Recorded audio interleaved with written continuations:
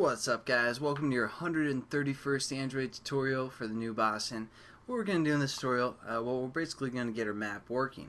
So the first thing I want you guys to do is open both your layout and your main file, main Java file. And these are the two classes that we're going to work with. The first thing that we want to do is in our XML file. Right now we don't have any kind of Google Map reference. So what we're going to do, we're actually going to delete that text that's in there. Just delete that, and then we're going to go over to the website where we got our key, and we're just going to actually copy this reference right here that they give us. And this is basically for the XML layout. It's a MapView, which is actually going to be used to see your map. And when we change our key later, when we're actually signing our project to the market, we're going to change this reference right here, which with this code. Once we get a new code, I should say, for the market. Anyway, so we're going to go back into our XML file, and we're just going to hit Control V here, and we have our map view for the most part set up. We might also want to add a reference so we can refer to it in Java, so we're just going to say ID equals quotations at plus ID / MV for map view main, something like that. Now we're pretty much done for now in this tutorial with the main XML file. The next thing that we want to do is we want to set up a reference and also set up this Java class. And the only thing that we're going to pretty much change is it's not called an activity anymore. It's actually going to be a map activity. So you guys want to make sure you change that, otherwise it's not going to work. And then we just have to import that and implement the method from the map activity. And we're pretty much good to go. Again, it won't work if you have the activity. We need a map activity. So that's pretty much the key point for this tutorial. And then we're also just going to go into our imports and delete the activity one because we no longer need that since we're working with map activity.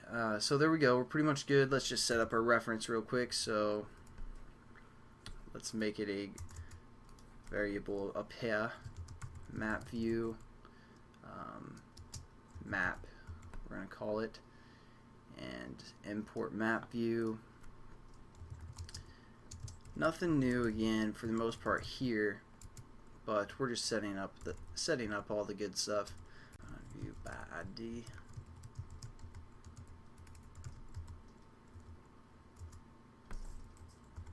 And then if everything's set up right, we can run it, and we're just gonna hit, and we should get something like this. So pretty neat, pretty cool, all that good stuff. But let's say we want to enable a zoom function within our map. So we're just gonna set that up real quick. Pretty simple. We're gonna say map dot set built-in zoom to be true.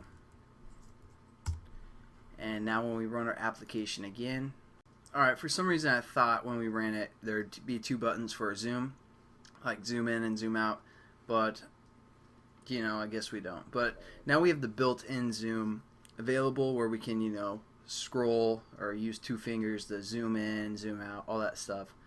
So pretty much that's it for this tutorial. Pretty simple for the most part.